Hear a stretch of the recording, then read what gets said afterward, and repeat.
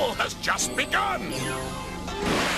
53 turns of heart-pounding, cock-throbbing, drizzle action. Ladies and gentlemen, this is the RobotnikIsSexy show, and I will be presenting to you a high quality Wi-Fi battle. First turn, maybe less high quality. He switches his Metagross into a Heat Wave. I guess, you know, he's got a Vaporeon, so, like, the logic is there. You know, you have to be pretty ballsy to go Heat Wave on turn 1, but I'm like, Ferrothorn is that big of a threat that I just gonna hit Heat Wave. So, I activate Weakness Policy on his Metagross. The only Pokemon I have to take it and Revenge Kill in a way that I need to is Scissors. So Scissors' health gets knocked down quite a bit, taking out that Metagross, but it's alright. It's pretty much great for me, so he's out of a Pokemon very quickly. His Hippo comes in, gets up rocks. Now Ferrothorn switches in, which is something that's going to happen quite a lot. Did I say 53 turns? Yes. Do you know what stops Drizzle? Ferrothorn, and Vaporeon doesn't help either, so... Okay, I am able to defog with Empoleon, which is great.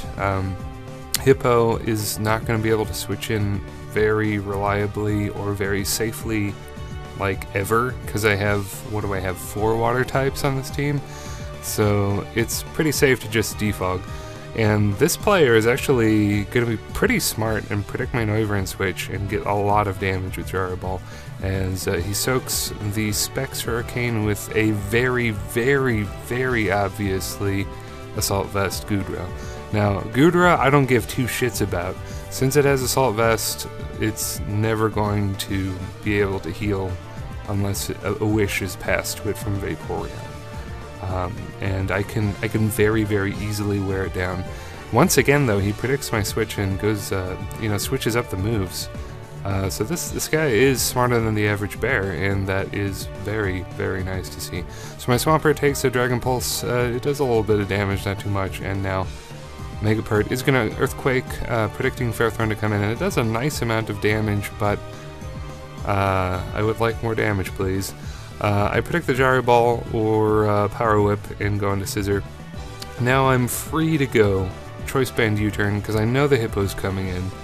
And I predict the Hippo, I go U-Turn, and now my Toad can come in, you know, completely change the weather, dominate the weather, and I can Scald anything I want. I would love to burn Ferrothorn on the switch in, but it doesn't happen. He goes into Goodra, and I want to burn Goodra too just because I need to wear this thing down, and this is when the game gets a little stally, because I just sit here and click Scald like 4 or 5 times until it gets burned, and Kermit the Frog can completely beat Assault Vest Pokemon unless they hit physically. But, you know, since I'm a special defensive Toad and Goodra hits with special moves, I can just, you know, tank the hits, go rest, go sleep talk, and be completely fine. They show him rest right here, and that is great. His Goodra is basically dead, especially since I should have rocks up. Yes, so Goodra is basically fodder. Ludicolo's in here. Ludicolo is dancing like he's never danced before. And I'm gonna blast him with a Hydro Pump. Now this turn, we're gonna start to see a little bit more of Vaporeon here. He soaks the Hydro Pump. Gonna go Giga Drain. I do get a crit, but because crits are bullshit in this gen, it probably would have done, you know, almost the same. It would have done half regardless. So whatever. Maybe lefties would have made a difference, but whatever, who cares. I Giga Drain, and then I Rain Dance when I should have gone Hydro Pump or Giga Drain again. Because I think even a Giga Drain might have taken out the Ferrothorn on that health, and he would have failed to pass the wish. Because he had to switch into rocks, and like how low a health would that Ferrothorn have been at? I don't know. That was another tricky situation, and we're gonna have more situations like that. Is he just, you know how he's switching up his moves and, like, I guess just predicting me. We're gonna see a lot more of that. Either that or just blind dumb luck. This turn here blew my tits off. I show him Giga Drain as he protects. He stays fucking in and eats a Hydro Pump. And I was like, what? Like, his Vaporeon was free. He was just like he was just letting it go. Either that or he knew that I was smart enough to click Hydro Pump, predicting his Pharaoh to come in. And I just don't know. But regardless, it works out pretty fucking well for my opponent there, and his Vaporeon is back to full health, and I switch into a Power Whip. I was really hoping it would be a Gyro Ball, but this guy is clicking the right moves here. And I lose Ludicolo, which shouldn't have happened. Ferrothorn should have died, which he does now, thankfully. I'm able to hit him with Superpower. I haven't shown him Superpower yet. All my Scissor has done this whole match is use U-turns, so I'm able to coax him to stay in, get him with Superpower, and that is a huge step in the right direction. But yeah, if if things had gone differently, Ludicolo would have taken out both Ferrothorn and Vaporeon, which is crazy. So this guy had to really step it up to get where he was.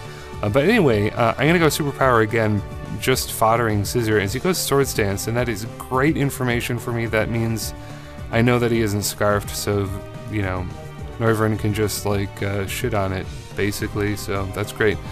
I'm going to try to kill Vaporeon, and it's going to live on the smidgeniest of smidgens. Rest in peace, NBZ. And that's just really fucking terrible. Like, really, really terrible. I mean, Ferrothorn is gone. Garchomp was destroyed. Goodra is history.